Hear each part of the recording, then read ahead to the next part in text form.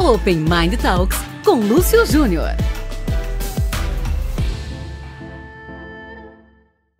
Olá, pessoal! Mais um episódio do Open Mind Talks está começando agora para a gente poder falar um pouco sobre carreira, sobre desenvolvimento pessoal, sobre liderança, né? E sobre todos os desafios aí que os executivos estão vivendo nesse momento. Eu sou Lúcio Júnior e estou aqui nos estúdios da Crosshost. Hoje nós estamos no estúdio de São Bernardo do Campo. De vez em quando a gente grava lá na Vila Mariana, onde também já recebemos muitos convidados. O Open Mind Talks já está com mais aí de 20 episódios. Acho que esse aqui é o 25º ou 26º episódio. E já conversamos com muita gente boa. Muita gente interessante já passou aqui pelos estúdios da Crosshost. E o nosso propósito é de informar, né? É de inspirar também. Porque quando a gente escuta a história de sucesso de uma outra pessoa, a gente acaba se inspirando, né? E entendendo um pouco aí dos caminhos que foram percorridos para poder chegar até lá. Mas eu queria, antes de apresentar o meu convidado, que já está aqui comigo para poder bater esse papo, falar um pouco sobre o Open Mind, né? O Open Mind, nós somos uma rede social de diretores e presidentes de grandes empresas. E nós nos reunimos com esse propósito de ajudar pessoas, ajudar a outras pessoas e a nós mesmos, através de compartilhamento de oportunidades. E também do desenvolvimento pessoal. Através do compartilhamento de conhecimento, a gente desenvolve outras pessoas e também a gente se desenvolve, né? E um dos canais de comunicação e de compartilhamento do Open Mind é aqui, é o Open Mind Talks, que é o nosso podcast. Nós estamos aí nas principais plataformas de streaming, né? Nós estamos aí no Deezer, no Spotify, né? No YouTube, se você quiser assistir aí imagens. Então eu queria pedir a vocês aí que nos acompanhem, nos sigam aí nas redes sociais para poder conhecer um pouco da nossa agenda e um pouco do nosso conteúdo. Mas, pessoal, vamos ao que interessa aqui, né? Vamos conversar com o nosso convidado de hoje. Eu estou aqui com o Open Minder José Teixeira. Zé Teixeira, posso te chamar de Zé? Claro, sem dúvida. Ah, legal. Obrigado pela sua presença. O Zé é um cara que apoia bastante aí o networking, é um cara que a gente já teve o prazer de conhecê-lo em outras oportunidades, e ouvindo a história dele, falei, Zé, você tem que ir lá no podcast contar a sua história. E aqui está, então agradeço muito a sua presença e a sua disponibilidade. Boa tarde a todos, né? Boa tarde ao Open Mind Brasil. É sempre um prazer estar em contato com o pessoal, né? Esse networking é muito importante realmente. Além do networking pessoal, tem o networking profissional junto, né? Que a gente não consegue separar, que traz muitos benefícios, acho que para todos os profissionais. Isso é interessante o que você está falando, porque eu costumo dizer que é o networking vertical e o horizontal. Sem dúvida. O networking vertical é aquele networking que você conquista através da sua cadeira, né? Que são com seus colaboradores, seus chefes, seus clientes, fornecedores. E o seu networking horizontal é aquele que você conquista por você mesmo. É verdade. Né? Que é o que a gente está plantando aí no Open Mind. Mas eu vou fazer aqui, Zé, me permite fazer uma apresentação formal sua, para que os nossos ouvintes aqui entendam um pouco aí de com quem estamos falando, né? José Teixeira Brandão Neto é bacharel em Engenharia Elétrica pela FEFAP, com especialização em eletrônica digital, pós-graduado em negócios e estratégias pela ABB Academy em Zurique e tem formação em governança corporativa pelo IBGC. É um executivo com ampla experiência multicultural, incluindo processos de reestruturação e turnaround para empresas multinacionais B2B e também B2C. Atualmente ele é diretor-presidente da SMC Brasil, líder mundial em automação e equipamentos pneumáticos. Então, deu para entender que a conversa aqui vai ser boa e temos muita história para contar. Mas antes de falar aí do profissional, né? Que eu quero entender o que é preciso num profissional para chegar lá e ocupar uma cadeira de presidente, eu queria que você contasse um pouco da sua história, né? Onde você nasceu, né? Como é que foi a sua adolescência, seus pais, sua família, né? Como é que é você com seus filhos, com a sua esposa? Conta um pouquinho aí da sua vida pessoal, Zé. Não, legal. Eu nasci em São Paulo, capital, sou paulistano. Estou com 59 anos, estou casado há 32 com a mesma esposa. Parabéns. Obrigado. Legal, bonito isso. Tenho uma filha de 25 que é empreendedora. É mesmo? Ela abriu a própria patisserie, chama Miss Sucre Dani Brandão, já fazendo marketing aqui. Em 99... Fica em Indaiatuba? Fica em Indaiatuba. Né? Legal. Até isso que eu ia comentar, né? Em 99 eu decidi mudar de São Paulo, apesar de sempre trabalhar em São Paulo. Por questões de qualidade de vida, segurança mesmo, e uma cidade que eu já conhecia, que a minha família tinha casa, era em Indaiatuba. Então a gente acabou comprando uma casa em Indaiatuba, e em 99 nós mudamos para lá. Minha filha na época tinha 2 anos de idade, e a gente, vamos dizer assim, tomou uma decisão super correta na época, que hoje todo mundo me chama de visionário. Eu falo que eu nunca imaginaria que eu estava tomando uma decisão tão certa. Indaiatuba hoje é uma das primeiras cidades do Brasil em qualidade de vida. Né? Muita Fantástico. gente está indo para lá, é fantástico, está perto de São Paulo, a logística é excelente, tem a Rodovia dos Bandeirantes, a Castelo Branco, a Anhanguera, e fora que tem o aeroporto de Viracopos do lado. Né? Então, muitas vezes nas viagens eu acabo utilizando essa logística que me ajuda bastante. Né? Quanto tempo você gasta até São Bernardo? São Bernardo, dependendo, dá 1h40, 1h50, né? Mas eu não venho todo dia e volto todo dia. Eu acabei investindo num apartamento pequeno perto da SMC. Então, eu fico normalmente em São Bernardo de terça a quinta, numa agenda normal, né?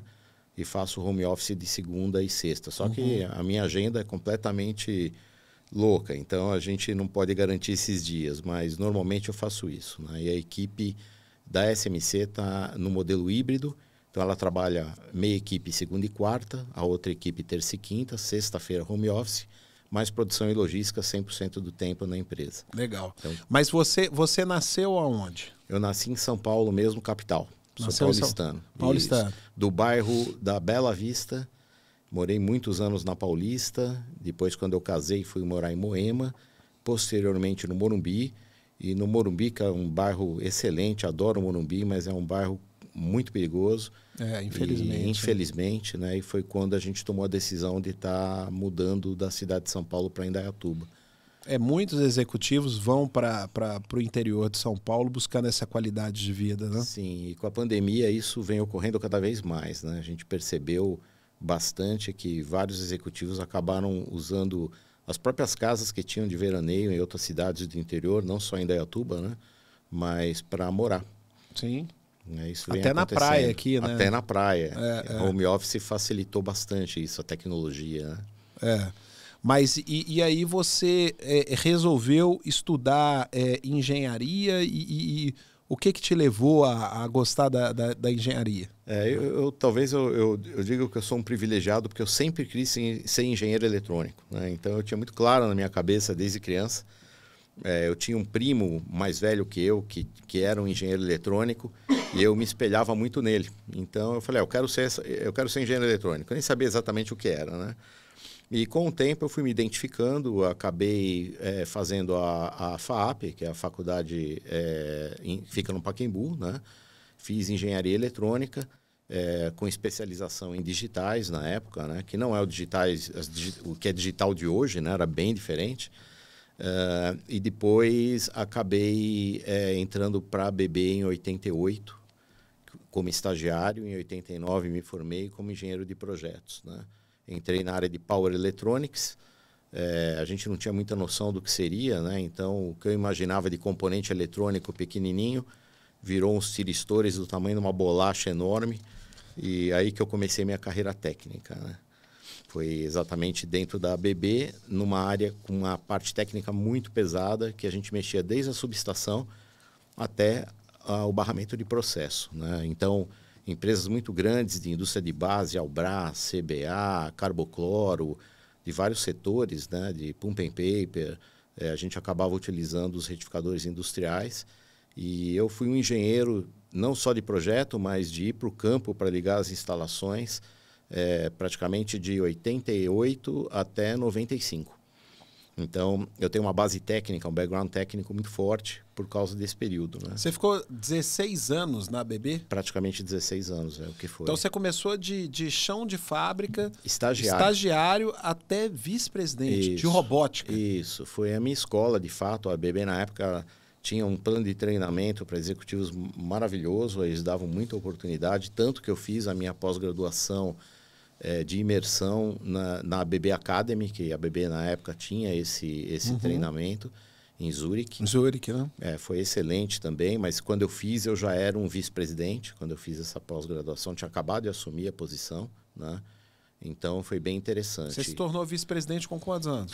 Eu me tornei vice-presidente com 35, se não me falha a memória, muito novo.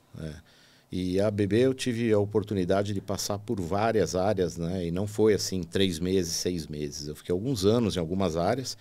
Então, eu comecei como engenheiro, virei coordenador de engenharia, gerente de engenharia. Aí, em 95, eu fui convidado para ir para a área da robótica, porque eu tinha uma visão de sistema muito bom e a robótica era muito produto na época, né? Eles precisavam de alguém de sistemas. E eu acabei sendo convidado para ser o Project Manager, então eu fiquei na posição de Project Manager há alguns anos também. E comecei a conhecer um mercado diferente, que era o mercado já do produto final, automotiva, General Industry, como uma Colgate, uma Mundial. Foi bastante interessante, porque eu conhecia muito o mercado de indústria de base, né?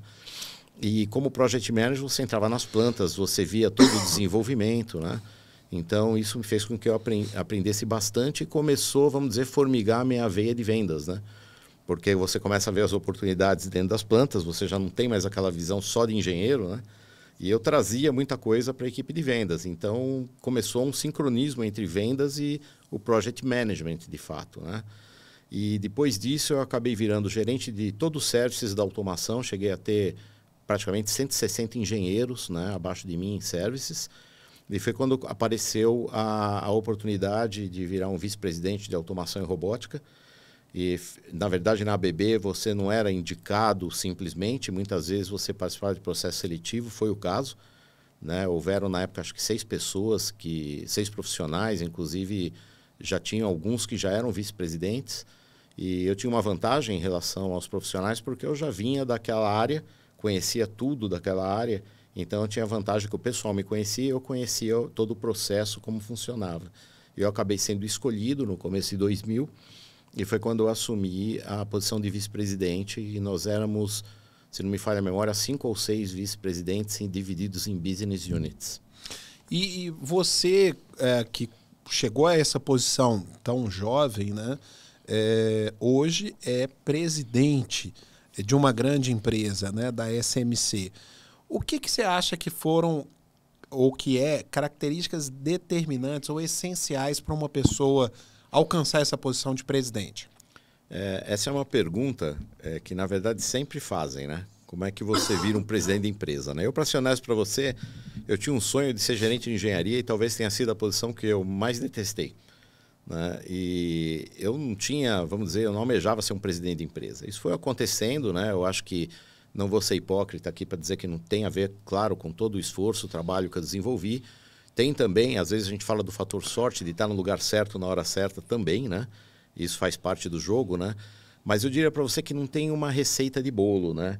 Eu acho que quando você fala de pleitear uma presidência, ou se manter, vamos chamar assim, numa posição de presidência, eu acho que tem algumas coisas que são fatores importantíssimos, né? Que é o respeito, a ética, o conhecimento profundo do mercado. Eu acho que também tem a ver você se enxergar dentro da empresa, né? Em relação à missão, à visão, os valores. Se você não tiver identificado, você nunca vai estar nessa posição dentro daquela empresa, porque vai ter uma incompatibilidade, né? E eu acho que tudo que eu pratico e procuro praticar, é claro que você tem diferentes presidentes de diferentes níveis, diferentes companhias, né? Perfis diferentes, inclusive, né? Mas eu acho que uma das coisas que você tem que sempre levar na sua cabeça é você ter uma visão de resultado sustentável, né? Pensando nas pessoas, pensando no ambiente, E como a gente comentou, quando você falou do IBGC, tendo uma governança forte, né? Eu acho que isso é importante. Mas eu vi que na hora que você falou aqui, você apesar de ser um engenheiro é muito ligado a cálculo e áreas de exatas, na hora que você falou em vendas, eu percebi que seu olho brilhou, né? Então, o presidente, ele precisa ter muito essa visão de negócio, né? Do negócio em si, né? O quanto que esse gostar de negócio também te ajudou? Eu acho que isso acabou sendo aquele insetinho que pica a gente, né? E eu, no início, na minha fase de engenharia, é muito típico o engenheiro criticar vendas, né? O cara não sabe o que está vendendo, tal, mas depois que você começa a entrar um pouco nessa área de vendas, né? Realmente, hoje, eu sou um vendedor, antes de ser um presidente, né? Então, minha esposa brinca muito comigo, que às vezes eu estou comprando alguma coisa, começo a negociar e eu acabo virando o cara que está vendendo, não o cara que está comprando, né? É muito louco isso, porque realmente acontece, né? E dentro da empresa, eu acho que se o presidente ele é um cara de ar-condicionado, fica dentro do escritório e não vê a realidade, o que está acontecendo fora, as dificuldades do vendedor, às vezes, em fazer uma venda, eu acho que você tem que se colocar à disposição, você tem que ir. Né? Você tem que estar no campo, isso é muito importante. Eu faço muito isso, eu sou muito mão na massa, eu costumo viajar bastante, eu visito as filiais, os meus distribuidores, adoro ir nos clientes, né? Porque é ali que você sente um pouco a temperatura do mercado e é ali que você consegue ajustar a sua estratégia ou até achar alguma coisa nova, né? Isso é muito interessante, né? Às vezes você está num cliente, o vendedor entra para vender um projeto, entra na planta, você fala, mas olha aquilo ali, olha que oportunidade. E o vendedor foi só com uma visão única daquele projeto que ele está vendendo. Ele não viu que estava na volta. Né? Então, eu acho que muitas vezes... O presidente tem que ter visão de dono. Tem que ter visão de dono, visão de overview. Né? Isso aí. Se você entender que você é simplesmente um funcionário, você não vai durar muito na posição. Você tem que defender a empresa como se você defendesse as suas finanças pessoais, realmente. Né? Sim. Você, ao todo, em posição de CEO... Pelo que eu vi aqui, já são 22 anos. São 20 anos, na verdade. 20 anos, 20 na anos. posição de CEO. Você Isso. também foi presidente da Fanuc Robotics para a América do Sul.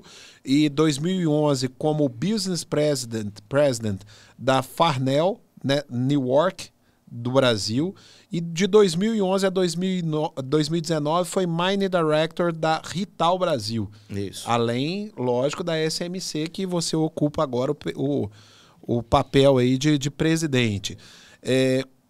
Na sua opinião, aí, qual foi o seu principal desafio que você enfrentou nesses 20 anos aí como o número 1 dessas organizações?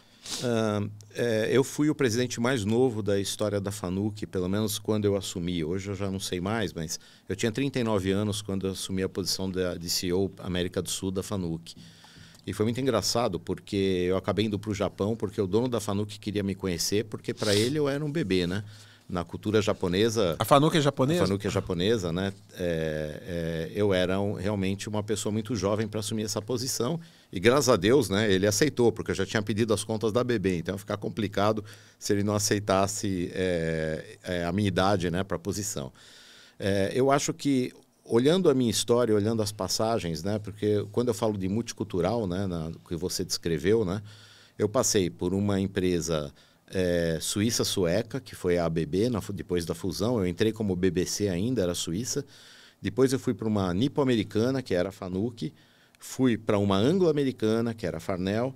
Fui para uma alemã e agora eu estou numa pura japonesa. Então eu posso dizer que eu sou bastante multicultural nesse aspecto, que é bem interessante. Eu acho que o maior desafio, né, de uma posição é você conseguir traduzir o nosso país, que é bastante complexo em vários aspectos, né, para os headquarters. Porque muitas vezes, para você implementar uma estratégia, você tem alguns pontos muito específicos do país, muito específico do mercado no país. Né? Você não consegue generalizar tudo. Né? Um exemplo grande é redes de distribuição. Quando você fala de distribuição, você olha nos Estados Unidos, você olha no Japão, os distribuidores são maiores que os próprios fabricantes. Né? Então, existe uma diferença grande de perfil. Quando você fala de um distribuidor no Brasil, apesar de existirem distribuidores grandes, normalmente é o One Man Company. É ele, a esposa, o cachorro e olhe lá. Né? Então, é bastante complicado. E para você traduzir isso, eu acho que é um dos maiores desafios. Porque a minha função é tentar mostrar para ele o que é possível se fazer, né? E muitas vezes, até por questões culturais, não só cultural pessoal, mas cultural de negócio, não é tão simples assim, né? Outra coisa que é importante, que eu estava até colocando aqui na minha cola, né, que é bastante difícil, você tem que focar no crescimento sustentável, né? E muitas vezes também é difícil, porque algumas coisas se conflitam, né? Então você tem que fazer uma estratégia muito focada para o crescimento sustentável, porque você também defende a imagem da empresa, né? A empresa dá as diretrizes, então você precisa tomar cuidado, porque você não pode simplesmente seguir um caminho que você acha que é o caminho mais lucrativo, ou em volume de produto, ou em volume de dinheiro, mas você não está atendendo algumas coisas que são importantes, né, no crescimento sustentável, né? E o crescimento sustentável é um desafio principalmente para o presidente, porque às vezes você estrutura a sua organização com metas e objetivos de curto e médio prazo, e você contrata líderes para trabalhar com você, que às vezes estão de olho só no bônus ali, enquanto Sim. que ele vai pegar o bônus, e ele já sabe que o prazo médio de executivo C-level numa empresa é 3, 4 anos. Então, não é ele que vai apagar aquele incêndio depois que vai ser gerado, né? Sem dúvida. Você comentou uma coisa importante, porque pelo menos nessas 5 empresas que eu passei, 5 grandes multinacionais, né? Tenho orgulho de todas, saí das empresas com portas abertas, né? Então isso é muito legal. 2 delas eu peguei um verdadeiro, o que a gente chama de turnaround, como você comentou, que não deixa de ser uma reestruturação mais profunda, né? Isso aconteceu basicamente na Fanuc e aconteceu também na Farnell. E um dos desafios, né, voltando quando você me perguntou do desafio enfrentado, é a parte de pessoas mesmo, a parte humana da coisa, né? Porque quando você entra para fazer um turnaround, não tem jeito. As pessoas é um elemento vital ali, né? Então, às vezes você tem que fazer trocas, né? As trocas são duras, não importa se você tem uma razão para fazer essa troca ou não. Sempre é difícil, né? Para a pessoa que está saindo, para você que às vezes tem que trocar aquela pessoa, né? E nesses turnarounds é muito comum você ter que trocar o primeiro nível de diretoria ou gerencial, porque você tem que muitas vezes mudar o que está acontecendo e ter uma equipe que você acha que vai atender aquilo que é a nova estratégia e que você confia em termos de conhecimento. Eu não estou falando aqui de competência. Você pode ter às vezes uma pessoa muito competente, mas que não atende as características que você precisa, não tem as habilidades que você precisa. Uhum. Então, isso é um ponto bastante complexo. Então, a gestão de pessoas é uma coisa que eu gosto muito, mas ela realmente é bastante complexa. E você falou aí do crescimento sustentável, e isso acaba também tendo a ver com gestão de mudança, né? A gente está vendo aí que o mundo mudou, o mundo continua mudando e ele vai mudar. É uma questão agora da velocidade que essas mudanças estão acontecendo. Eu sei também que você é um apoiador da mudança, você é um cara que tem essa visão, né, de mudança, porém de forma estratégica, né? Como que você implementa nas organizações aí que você atuou como CEO, como que você implementa essa gestão estratégica de mudanças? Eu acho que a primeira coisa que você faz quando você entra é você entender a situação da empresa, entender a estrutura da empresa e entender quais são os objetivos claros, né, que são dados normalmente pelo headquarter, né? Se você não entender isso, você não pode começar a fazer mudança, porque a primeira coisa que para fazer uma mudança, você tem que saber quais são os objetivos da companhia, né? Muitas vezes você não precisa mudar algumas coisas que já estão andando e muitas vezes coisas boas, né? Mas a partir do momento que você entendeu esses objetivos, entendeu como a empresa funciona em termos de missão, visão, valores, você faz uma análise, uma leitura da empresa. Isso demanda alguns meses, tem muita gente que brinca, né? O plano de 100 dias, né? Mas normalmente, realmente, é em torno de 3, 4 meses para você, pelo menos, ter a primeira visão do que é mais crítico na empresa. Aí você tem que criar as prioridades, né? Aonde que a empresa tem as deficiências dela e ela precisa mudar para atender aqueles objetivos, né? E outro ponto importante, você tem que evoluir. Mudar por mudar só não resolve, né? Então, além de mudar, você tem que mudar pensando em fazer alguma coisa melhor do que você estava acostumado a fazer, né? E isso entra tudo, entra performance, entra produtividade, ferramentas de trabalho, né? Então, você não olha só a nível de pessoas, você tem que olhar também o que eu tenho na empresa como ferramenta de trabalho, qual é o meu portfólio de clientes, como aquele grupo de vendas está atendendo, como é que eles estão divididos. E o Brasil, por ser um país continental, muitas vezes ele exige algumas mudanças fortes em estrutura, né? Como você vai atender através de distribuição, através de funcionários que vão atender como filial ou remoto, né? Então, tudo isso tem a ver com a estratégia, com os objetivos. Se eu quero focar a região sul-sudeste, porque o meu mercado está aqui, é muito mais fácil. Agora, se o meu mercado está espalhado no Brasil todo, como é o caso da pneumática, por exemplo, você tem que trabalhar com filial e muitas vezes em conjunto com distribuição, que é o que nós fazemos, tá? Então, é bastante complexo. Então, o primeiro ponto que eu diria, se eu tivesse que dar um conselho para quando você entra, e, claro, é difícil você entrar e falar que não vai ter mudanças, sempre tem, né? É você avaliar a situação da companhia. Eu costumo entrevistar gerente, diretor a diretor do que eu entendo que são as pessoas-chave da empresa. E procuro fazer aquelas perguntas também bem jargão. O que você acha que está funcionando bem, o que você acha que não está funcionando bem, né? E os caras falam, abre o coração. Abre o coração e fala, porque eu preciso entender o mais rápido possível, porque quanto mais rápido eu entender, mais rápido a gente ajusta as diretrizes para a empresa poder crescer, né? Isso demanda um certo tempo, com certeza. É o corpo a corpo mesmo com quem está na linha de frente, Sim, fazendo as perguntas que têm que ser feitas, né? Sem dúvida. E prova de que isso dá certo é que uma das empresas que você passou, e talvez a que você ficou mais tempo, que foi a ABB, você experimentou lá, você conseguiu concretizar um crescimento exponencial em um curto prazo de tempo, né? E isso é o sonho de qualquer presidente, né? Conseguir atingir esses resultados assim em curto prazo de tempo e você liderando. Qual foi a estratégia? Na verdade, é uma história muito interessante, né? Porque a área era uma área na época, eu vou falar alguns números mais ou menos, como se fossem números de hoje, era uma área de 180 funcionários e faturaria hoje 100 milhões, 150 milhões líquido, vamos falar assim, né?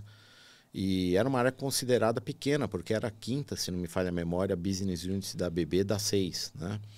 Então, o que acontece dentro de uma empresa como a ABB na época, hoje mudou muito a estrutura, né? São quase como se fossem microempresas que formam a grande empresa ABB. Então, quando você é pequeno, além de você não ter voz ativa, você também não ganha muito recurso, né? Então, é difícil você fazer qualquer coisa. Você vai pedir um notebook, é difícil. Você vai pedir um carro para vendas, é difícil. Então, você tem que crescer. E eu lembro que quando eu assumi a vice-presidência, existia um gerente que está até hoje na ABB, inclusive na mesma área, né? Que é um patrimônio da ABB. Começou lá na robótica, lá atrás ainda, quando era DFV Vasconcelos, né? E ele foi um dos caras que eu aprendi muito. E quando eu assumi, ele já me conhecia, eu fui project manager vários anos dentro da mesma área, né? Ele fez uma frase para mim interessante, ele falou, bom, agora que você assumiu, nós vamos continuar a ser medíocres? Eu falei, o que você quer dizer com isso? Ele falou, pô, cara, a gente tem que crescer, não pode continuar a ser a quinta empresa aqui dentro, né?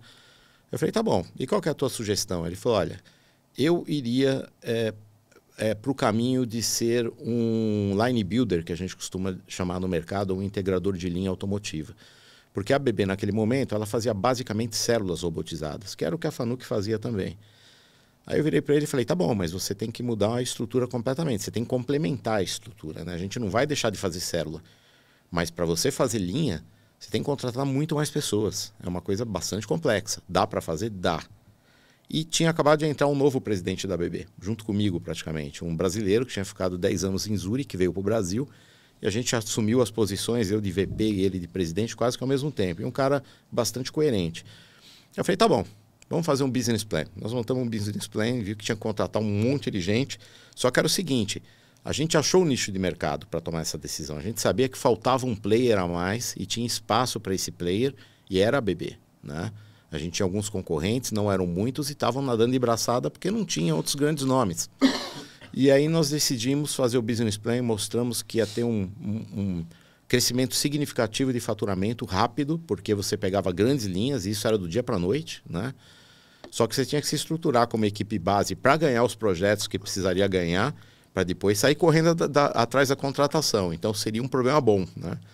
E eu apresentei o business plan para o presidente novo da ABB na época e eu falei, pô, esse cara vai acreditar, esse cara vai mandar embora, né? Porque o cara mal entrou, estou mostrando um plano super arrojado para ele, né?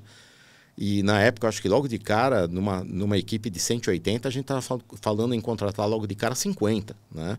Para depois aumentar com o número que a gente chegou, que eu vou contar para vocês. E ele falou, acredito no plano, pode fazer. E nós fizemos, né? Começamos a contratar as pessoas-chave que estariam trabalhando para ganhar os projetos que a gente precisava ganhar. Na época tinha o Ford Bahia, o Ford Amazon, né? Tinha a PSA entrando no Brasil, a Renault estava se desenvolvendo também. Isso foi começo dos anos 2000, basicamente, final dos anos 90. E a gente acabou ganhando os projetos que precisava ganhar. E aí, sim, começou o problema bom. Correria para contratar a mão de obra necessária para fazer aquilo acontecer. Porque a ABB ela tinha uma parte um pouco mais vertical do que a FANUC na época. E o que aconteceu de fato? Resumindo a história, né? A gente ganhou esses projetos, fizemos alguns contratos de full services que eram enormes, contratos de 100 milhões. Tá? Eu cheguei a ter quase 300 funcionários dentro da Ford Bahia, ABB, e a gente fechou o ano de 2002 para 2003, eu fui em 2003 para a FANUC, com mais ou menos 500 funcionários e o que seria hoje em torno de 500 milhões de faturamento. Né? A área cresceu quase 4 vezes, praticamente 4 vezes, né? Não só em pessoas, mas também em faturamento. Em pessoas cresceu 3 vezes e meia, coisa do tipo. Né? 3 vezes, eu acho que cresceu. E para você foi bom isso daí? Então, isso teve um reconhecimento? O que aconteceu? Quando isso aconteceu, a minha ida para a FANUC está totalmente ligada a isso, porque a FANUC não estava bem na América do Sul. E quando aconteceu isso, repercutiu muito forte no mercado. Né? Eu não acredito nem que conheciam muito o meu nome, porque meu nome era um mundo ABB, né? Eu não era um cara de... Conhecia headhunters, estava no networking, né? Forte, não tinha isso, né? Só que a FANUC, ela olhou e falou, quem é o líder no Brasil? Nós somos mal. Quem é a ABB? Quem é o cara? E foram atrás de mim. Então, a minha ida para a FANUC, ela foi muito louca, porque...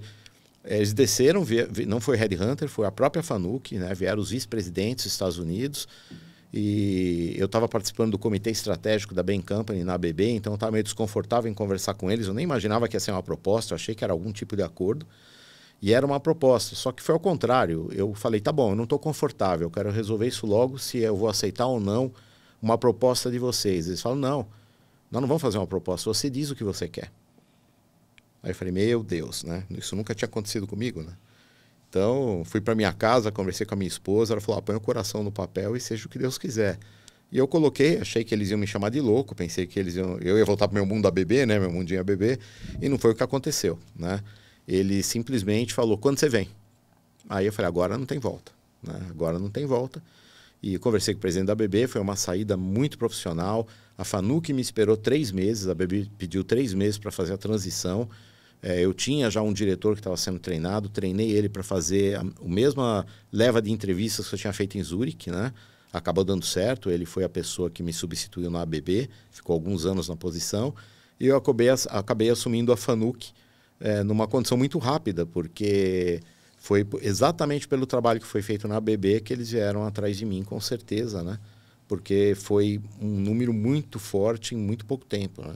Foi o que aconteceu de fato. E a ABB até hoje, ela tem uma estrutura voltada também para linhas automotivas, né? Eles estão bem, estão aí no mercado, com um time. O atual diretor-presidente da robótica foi meu estagiário, eu contratei, tenho muito orgulho, né? Então, acho que é legal esse legado da gente deixar essas equipes aí que a gente treinou e trabalhou em conjunto, né? E interessante o que você falou sobre como surgiu essa oportunidade. Foi um reconhecimento do seu profissional, né? Do que você fez. E, cara, é difícil a gente falar o que eu vou dizer, mas nós, executivos C-Levels, a gente é muito ensinado, doutrinado a dizer o seguinte: você não tem que aparecer, você tem que ficar nos bastidores. E o resultado é resultado do trabalho do time, entendeu? Você é quase dizer que o seguinte, o líder ali teve um papel coadjuvante disso, né? Eu acho que isso tem sim um fundo de de razão, né, de você valorizar o seu time, isso é importante, mas eu acho que essa desvalorização profissional e esse não se mostrar só favorecem as organizações. Né? Porque quando você não aparece e não se coloca, oportunidades como essa, que talvez foi uma proposta que até te assustou, né? De falar, pô, fala o que você quer, não acontecem, porque você está ali, tá dentro de um casulo, está escondido, o resultado não é um resultado que teve a sua batuta, né, regindo aquilo ali, foi quase que orgânico do seu time, né, e você não tem relacionamento com o mercado, porque você está mergulhado ali na sua atividade e igual você falou, né, não tem contato com headhunter, não tem contato com concorrente, não tem contato com ninguém, e é assim que a banda toca muito tempo para muitos executivos, né, até que a gente entende que, peraí, as empresas, elas passam, né? Mas o que fica é exatamente o meu profissional e como eu estou sendo visto, né? Então eu não estou aqui incentivando transições, eu estou aqui incentivando nesse momento a quem está nos ouvindo a se valorizar, a saber o valor que você tem. Até para escrever num papel desse aí, qual o valor que você tem, né? Como que chega essa oportunidade até você, mas na hora que chega, qual o valor que você tem que saber realmente se valorizar e se posicionar. Mas uma pergunta, voltando ao tema aqui de gestão, qual é o pilar mais importante do sucesso na gestão, na sua visão, Zé? Olha, eu não acho, para dizer a verdade, eu tenho certeza, porque depois de 33 anos de carreira, eu acho que eu tenho aqui um balão de ensaio muito bem consolidado, né? Você pode ter o melhor produto, você pode ter uma melhor estrutura física, mas o que manda, na verdade, são as pessoas. Então, eu acho que a gestão de pessoas é a chave, né? Eu costumo brincar com o pessoal que eu procuro me cercar do melhor time possível, né? E se eu tiver medo de contratar o melhor cara para ser um gerente meu, achando que um dia ele pode roubar minha cadeira, eu não sirvo para minha posição, né? Ele poderia sentar na cadeira.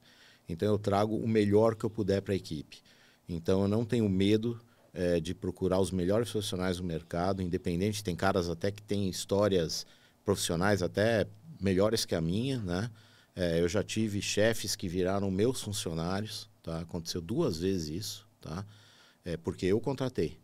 Então, eu acho que você tem que ter essa visão, porque a gestão de pessoas, ela vem desde um atendimento do porteiro até o presidente, né? Em todos os níveis. Todo mundo é vendedor, você falou de vendas, né? Todos são vendedores. Porque se o cliente é maltratado numa portaria, ele vai ficar com uma imagem ruim da empresa. Isso é a experiência do cliente. Né? Exatamente, a experiência do cliente. Customer experience. Então, eu acho que todos têm que ter engajamento, todos têm que ter motivação. Então, se você tiver uma gestão de pessoas de qualidade, realmente, você fazer essa gestão com qualidade, você ser o famoso líder, não o chefe, né? Eles seguirem você porque eles acreditam naquilo, acreditam no objetivo, acreditam no que você está falando, né? Aquela famosa frase, né? Eu falo, mas eu faço, né? Walk the talk, que a gente costuma dizer, né? Isso é muito importante. Por quê? Porque o pessoal tem que acreditar em você, não é só na empresa. Se eles acreditarem em você, você vai ter uma vantagem competitiva enorme, porque a tua equipe vai estar engajada, a tua equipe vai estar motivada. Então, a gestão de pessoas, para mim, é o pilar principal. Depois você vai falar de produto, você vai falar de região, você vai falar de estratégia, você tem vários outros pilares importantes, né? Mas as pessoas, para mim, eu não tenho dúvida nenhuma que é o que faz a diferença. Ô Zé, e a gente está num momento, nós estamos aí final de outubro, né, início quase de novembro, e as empresas eu acho que estão entregando agora o seu planejamento, o seu budget para o ano seguinte, né? Muitos colocando até como deadline agora, dia 30 de outubro. Como crescer, né?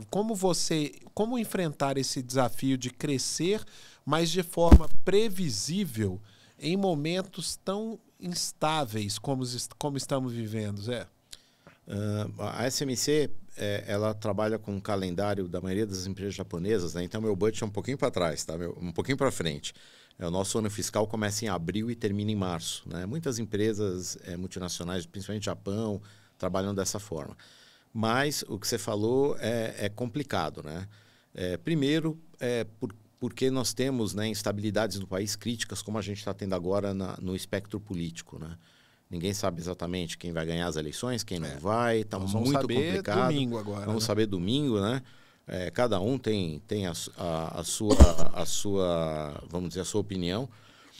Mas isso afeta demais os negócios, porque essa instabilidade cria também, muitas vezes, uma insegurança jurídica, né? Que a gente precisa tomar muito cuidado. E é difícil, às vezes, você fazer uma estratégia se você não tem uma base do que pode acontecer no próprio país, né? Então, eu costumo brincar com a turma que eu falo o seguinte: vamos colocar o crystal ball, uma bola de cristal aqui na frente. Você tem que, às vezes, adotar algumas premissas, né? Falar, eu vou adotar essas premissas, que é baseado na inteligência de mercado, né? Sempre, né? Aonde que eu vejo que tem investimento, que vai ter crescimento e que, independente do espectro político, eu acredito que ainda assim vão acontecer, né? E é onde eu tenho um risco maior, se ganha um candidato ou outro, onde eventualmente eu posso ter problema. Então, você coloca isso na mesa, você faz uma, vamos dizer assim, uma leitura de ambiente, né? E acaba moldando a sua estratégia e o teu budget, vamos dizer assim, nessa condição. Um dos pontos importantes, né, que a gente percebe que hoje é fato e todo mundo está falando e a gente segue também, claro, né, a parte do social, do ambiental e da governança, né? Hoje nunca teve tão forte, né? É o Green Technology que a gente chama. Então, a gente tem produtos hoje realmente voltados a uma emissão menor de carbono, e isso é uma aposta porque todas as empresas têm hoje, vamos dizer, como missão, né, e como visão também, esse tipo de trabalho com relação ao meio ambiente. Então, a gente sabe, por exemplo, que muitos dos nossos produtos, muito voltado a energy saving também, né, é uma aposta que praticamente vai ser certa, independentemente de quem ganha uma eleição, por exemplo, né? Existem outros aspectos que você tem que ponderar. Você fala, tá bom, se ganhar esse candidato, o que pode acontecer nesse segmento? Se ganhar esse outro candidato, o que pode acontecer nesse outro segmento, né? Então, não é fácil, para ser honesto para você. E você comentou sobre o que seria necessário para, eventualmente, chegar a uma posição de presidência, né? Uma das coisas que a gente tem que fazer, exercitar sempre, é tomar risco, né?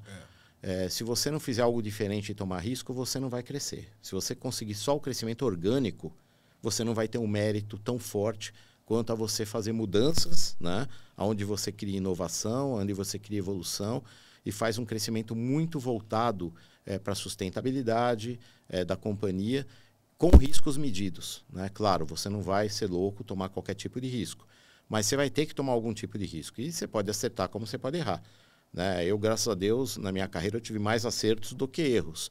Mas eu errei também, com certeza. Às vezes você acredita que vai acontecer uma coisa, acontece outra, você tem que ajustar o teu plano, né? E a gente costuma fazer o que a gente chama de rolling forecast. O rolling forecast não é só olhar um número, né?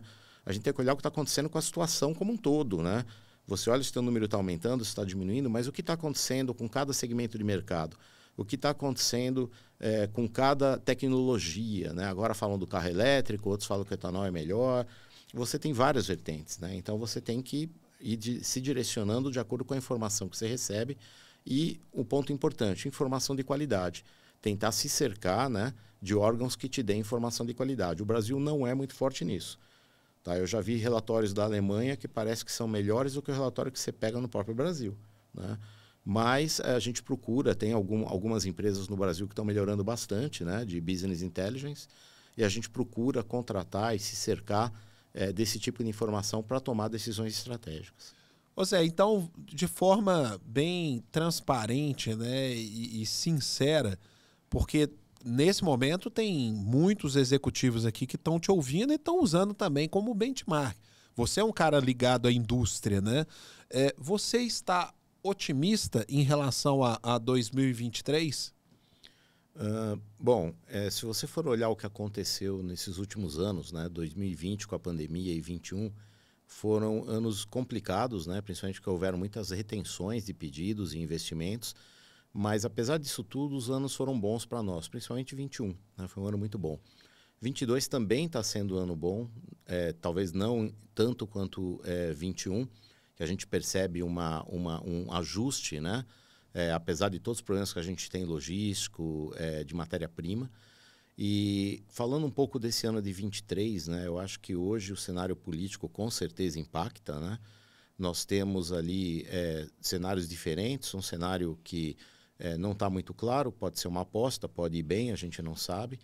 E tem um cenário que a gente conhece hoje, tem alguns fatos, tem alguns números para poder se basear, né? Eu sou um realista otimista, né? Eu não sou otimista puro, eu gosto de olhar muito a realidade. Eu não entendo que no próximo ano, 2023, nós vamos ter uma crise ou vamos ter uma retração tão forte assim. Mas eu acho que vai ser um ano que vai ter provavelmente alguns compassos de espera, dependendo do que acontecer no aspecto político, né? Mas, por outro lado, podem também ocorrer muitos investimentos. É um ano difícil de você prever, porque vai depender muito das eleições, independentemente de se é um candidato A ou B. Eu não estou falando de preferência aqui, eu estou falando que está muito difícil de você olhar, porque são dois extremos, né? Então, é difícil você conseguir conciliar os dois extremos, né? Mas a ideia da SMC como empresa e eu como CEO, nós vamos fazer o nosso planejamento basicamente voltado para o que a gente está enxergando dos investimentos do país, né? Como a gente fala, com o aspecto Business Intelligence e medindo aonde estão os riscos em relação aos dois cenários, um cenário 1 e um cenário 2 da possível vitória de qualquer um dos dois candidatos. Quais são os riscos desse lado, quais são os riscos desse outro lado, e tentar chegar no meio termo. Eu diria que é muito difícil, realmente, hoje você definir, nesse momento, o que você pode ter como para a empresa num budget desse ano, né, 2023. Eu ainda tenho uma vantagem, porque como o meu budget eu começo a trabalhar com ele em janeiro, fevereiro, eu estou um pouquinho atrasado, as eleições vão acontecer agora em outubro, eu ainda vou ter um tempo para poder analisar os resultados e ver aonde eu acho que pode gerar problema, onde eu acho que pode andar bem, né? Mas para aqueles que estão tendo que entregar o budget agora, novembro, coisa do tipo, que é o normal do ano calendário, é bastante complicado. Eu acho que não é fácil, não. Talvez seja um dos anos mais difíceis para você colocar um cenário para o headquarter do que efetivamente você acha que vai acontecer. Por isso que a gente está trazendo muito esse tema aqui no Open Mind. A gente fez aí uma semana de orçamento e a gente falou com profissionais de diversas áreas, falamos de orçamento base zero, falamos aí a estratégia de orçamento líquido, enfim, a gente tem trazido isso exatamente para poder ver se ilumina a cabeça dessa turma. Eu espero que seja um ano positivo para a indústria, com geração de riqueza, com geração de empregos, porque depois de tudo isso que a gente passou na pandemia, a gente precisa ter uma retomada, né, Zé? Sim, o que eu estou percebendo agora, e isso é fato, a gente percebeu um pouco de retração nesse mês de outubro, né? Muita gente segurou o investimento, né, para ver qual vai ser vai ser o resultado das eleições.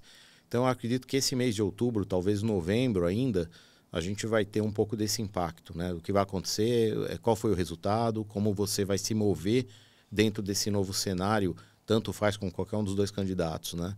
Mas como eu comentei, eu ainda vou ter pelo menos uns 2, 3 meses a mais para poder dar uma pensada, né? Mas quem hoje tem que entregar um budget em novembro, eu diria que está complicado, né? Eu seria um pouco mais conservador nesse momento, na minha opinião. Ô Zé, nós estamos chegando aqui já próximo do final do nosso podcast, mas eu tenho mais uma pergunta sobre o malabarismo que o gestor, né, que o CEO faz, que é entre gerenciar a estratégia, pessoas, execução e manter uma empresa saudável, né? Como manter essa balança equilibrada, né? E principalmente nesses momentos tão difíceis, né, que a gente está vivendo? Eu acho que partindo do princípio que você tem uma estratégia correta, boa, sendo bem executada, como eu falei de gestão de pessoas, né, você tem que valorizar os teus profissionais, né, motivar, engajar e talvez a palavra-chave para você ter equipe rodando bem como um reloginho é comunicação. Né? Porque se você não tiver as áreas muito bem sincronizadas, entendendo onde elas podem se ajudar entre elas, né, utilizando o famoso best practices, né, para a gente poder interagir, é muito complicado você manter a empresa numa condição estável. Então, o que eu costumo fazer? Eu costumo fazer um town hall. O que é o town hall? É como se fosse uma reunião trimestral, né? Onde você coloca os colaboradores. Muitas vezes era presencial, mas quando tem um número muito grande, às vezes você pode fazer por vídeo, onde você coloca os principais fatos e as principais informações, para todo mundo estar para onde nós estamos indo, o que está acontecendo. Eu não estou aqui querendo dar detalhe de número, né? Estou querendo colocar o que está acontecendo. Por exemplo, você pega uma fábrica, é muito interessante você mostrar para onde está indo o produto final. Numa linha de produção de chocolate, né? Numa linha de produção de carro, né? Quando eles veem isso, eles criam um orgulho daquilo que eles estão fazendo. Esse é um exemplo da produção, que você procura colocar. As feiras que participou ou que vai participar, as visitas importantes, para onde você está indo, quem está vindo, né? Tudo isso mantém a equipe bem informada. E as reuniões gerenciais, que são vitais. Essas reuniões acontecem mensalmente, eu faço com todos os meus gerentes, diretores, gerentes, e cada um deles tem um tempo para fazer a apresentação de cada área. Isso é muito importante. Por quê?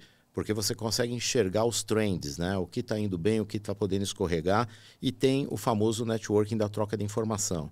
Né? Quando você chega num nível muito bom, que a gente pode chamar até de um nível de excelência, é quando você tem crítica construtiva e o outro lado entende que é uma crítica construtiva e começa a trocar figurinha para tentar resolver o problema.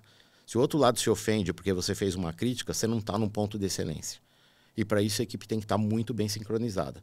Então, se você tiver uma boa comunicação geral na empresa, com informações que você pode passar, que não são informações que existe um risco de vazamento no mercado, e quando você está com a equipe, que é a gestora, que tem que cascatear essa informação para baixo para manter todo mundo alinhado, você tem uma empresa que você consegue ter ela bem na mão. E, por fim, os objetivos têm o que a gente chama tem que ser smart, né? Eles têm que ser mensuráveis, eles têm que ser atingíveis, né?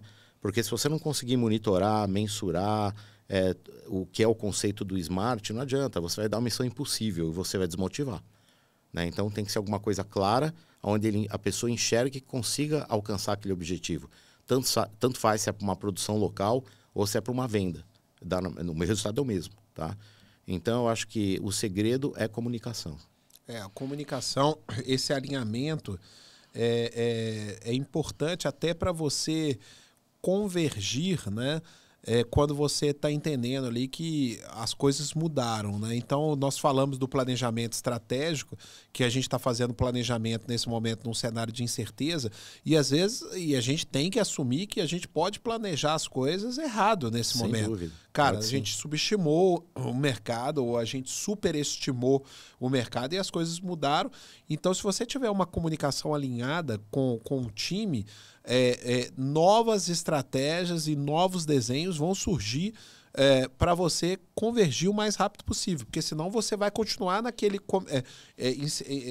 insistindo no caminho errado do planejamento sem você perceber que está indo para um desfiladeiro, né? Sem dúvida. Eu acho que nesse momento de incerteza, com uma polarização tão forte, talvez você tenha que criar realmente um plano A e um plano B, né? Para cada caso, né? Acho que você tem que fazer isso, porque a polarização ela é muito forte, com viés muito diferentes, né? Então, independente de qual que está certo, qual que está errado, não é o ponto aqui, né? Eu acho que você tem que olhar um cenário, olhar o cenário 1, cenário 2, adotar um e colocar o outro como um backup, né? Falar, olha, pode acontecer isso, pode acontecer isso. Então, dependendo do que acontecer, nós vamos para um caminho diferente, né? Eu adotaria isso, né? Isso é um pouco mais conservador, porque o risco está muito maior nesse momento, né? A gente não sabe o que vai acontecer, né? Não está muito claro, né? Quando você pega uma continuidade, independente se aquele governo está indo bem ou está indo mal, você mais ou menos sabe o caminho. Não é o caso nesse momento específico, né? Então, eu acho que você ter dois planos, o A e o B, para dois cenários diferentes, eu diria que seria o mais adequado nesse momento. Não é fácil, né? Sim. E a companhia tem que entender isso, né? Agora, o que eu te falei, o que é difícil, você traduzir isso para fora, muitas vezes, né? Porque, inclusive, as informações que tem lá fora não necessariamente são as informações que estão acontecendo aqui. Para o gringo entender isso, não estando aqui vivendo na pele, é difícil você traduzir isso para eles. É difícil, né? Independente, de novo, de qualquer lado, né? Você explicar as coisas que acontecem aqui está muito complicado. Né? Eu acho que esse é o maior desafio seu, né? Porque você responde para uma empresa japonesa, explicar para o japonês que o Brasil não é Japão, É. como diz o outro, né? Não é nem... o Brasil não é para amadores, né? Então você precisa realmente ter um jogo de cintura muito grande, né? É verdade. Mas, ô Zé, passou rápido essa hora aqui desse bate-papo. E como de costume, agora é a hora da colinha aí, que eu vou permitir que você pegue a colinha aí. Que é o seguinte, a gente pede para os nossos convidados deixar 3 dicas de pessoas a se seguir nas redes sociais e também 3 livros, né? Ou um ou outro, ou as duas coisas, né? Então eu queria te pedir aí para nos brindar com essa dica, né? De 3 livros ou 3 pessoas para se seguir nas redes sociais, mas antes disso, queria saber, né? Como é que te encontra nas redes sociais? Você é um cara ativo aí nas redes? Então, vamos lá. Eu não tenho Instagram e não tenho Facebook, né? Por uma opção própria, né? Não é se eu gosto ou não gosto, eu não tenho tempo, não consigo, né, me dedicar para fazer alguma coisa legal. E então, eu sou ativo no LinkedIn, né? Eu tenho, acho que, 7, 8 mil seguidores, é um número razoável, né? Sou bastante ativo, procuro fazer comentários, compartilhar, publicar algumas coisas quando eu entendo que é de interesse geral e agrega valor, né? Então, no LinkedIn, vocês podem me achar, José Teixeira Brandão Neto, é fácil me encontrar, né? SMC. O meu perfil ele é muito completo no LinkedIn, tá? É diferente da maioria dos CEOs que colocam bem brief, né? O meu é muito completo, até por um mentor que eu tive no passado, chamado Marcelo Mariaca, que me orientou a fazer isso. Olha a dica aí. E eu continuei fazendo por quê? Porque como a gente fala de network, headhunters, empresas, você está no mercado, independente de eu estar muito feliz na SMC, né? Não tem o porquê estar falando isso, mas o que é a vantagem? A pessoa, quando quer te olhar ou quer trocar alguma informação, ou mesmo até fazer um convite para você, não importa.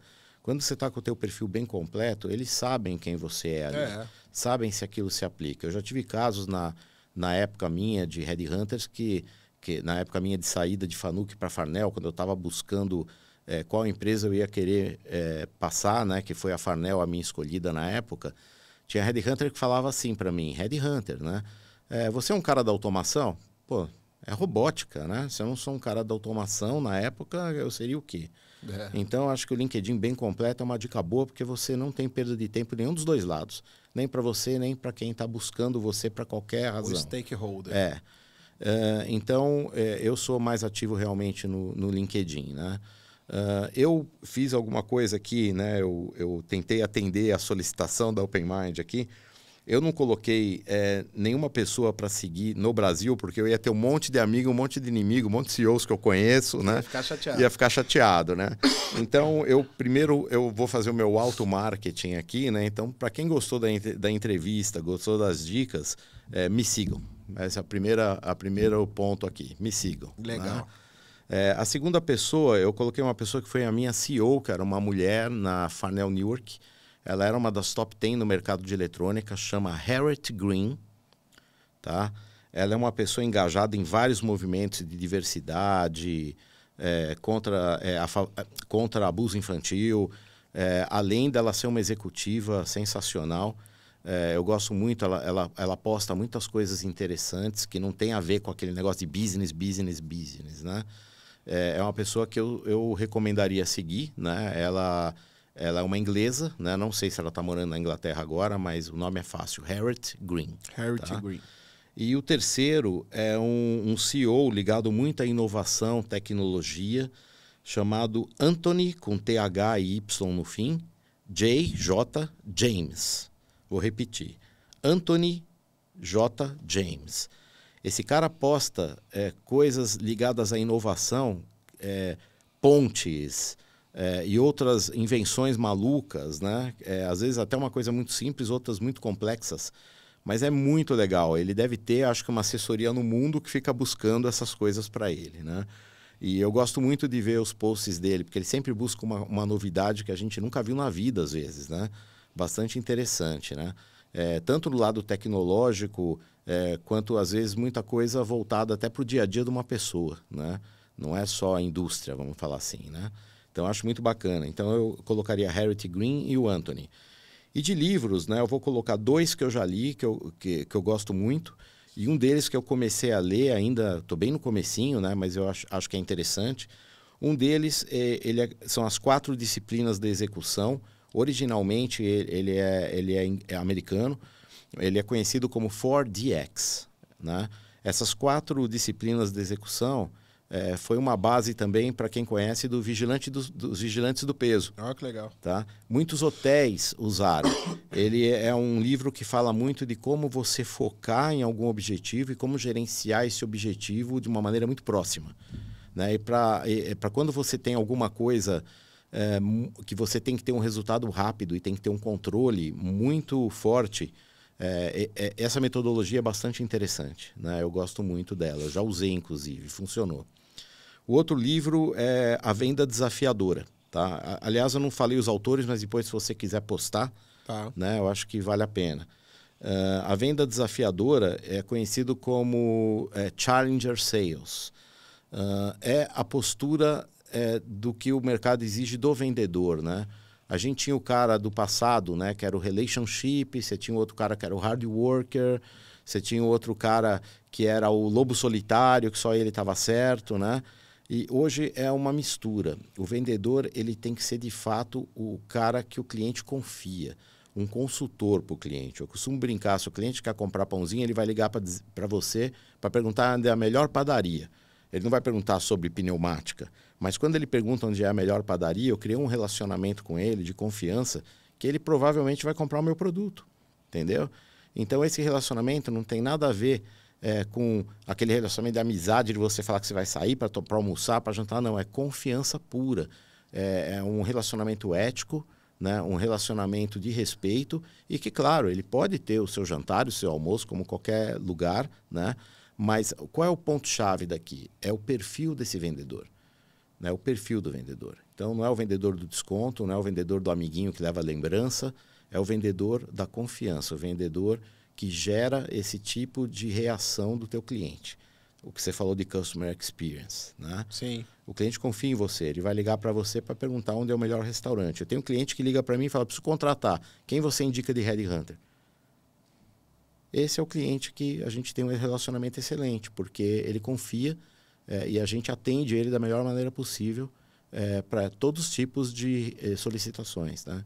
Então, a gente tenta fazer o melhor para esse cliente ter a melhor experiência conosco da SMC e comigo, José Teixeira, também.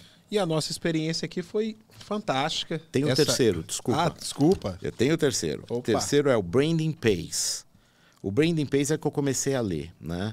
Ele, na verdade, é um sistema de 5 passos para você reinventar, e isso é bem legal para o Open Mind, a sua marca pessoal. Tá? Então, é de um autor americano, eu não sei se tem... Branding Pays. Eu não sei se tem a versão em português ainda. Tá? Eu estou lendo em inglês, mas é um livro bastante interessante, porque é da sua marca pessoal, para o seu networking, para você se valorizar, que é o que você comentou. Que é o que a gente fala bastante. Exatamente. Então, é isso. Muito legal, a experiência aqui com você foi fantástica. Obrigado. Espero que você tenha gostado também excelentes desse perguntas. Aqui nos estúdios da CrossHost, né? Que para você ficou bom, né? Que é pertinho, né? Sim. Aqui em São Bernardo. Mas a gente também está sempre lá na CrossHost da Vila Mariana, né? Mas eu queria te agradecer em nome do Open Mind, em nome da nossa audiência que acompanhou essa conversa, entendendo a sua vida e a sua jornada aqui, né? E espero ver você mais vezes aí nos encontros do Open Mind. Com certeza, com certeza. Eu gosto muito da proposta da Open Mind, né? Esse network é fantástico, né? Já nesse Shaking Hands a gente já teve vários cases onde entraram, inclusive, sinergias de negócio, né? É muito legal, né? Fora o lado pessoal, né? Quando eu falei da patisserie da minha filha, todo mundo quer conhecer, né? Então é bem bacana isso, né? Então eu sou fã realmente do Open Minds. Eu que agradeço a oportunidade de falar um pouquinho do José Teixeira como CEO, né? E como pessoa, né? E estou à disposição de vocês aí para quando vocês quiserem, para a gente bater mais papos como esse aqui, tá bom? Beleza. Pessoal, muito obrigado a todos vocês que acompanharam esse episódio aqui do Open Mind Talks. Agradeço a todo o time aqui da CrossHost por essa produção fantástica e a gente se vê no próximo episódio do Open Mind Talks. Você ouviu Open Mind Talks, um oferecimento CrossHost.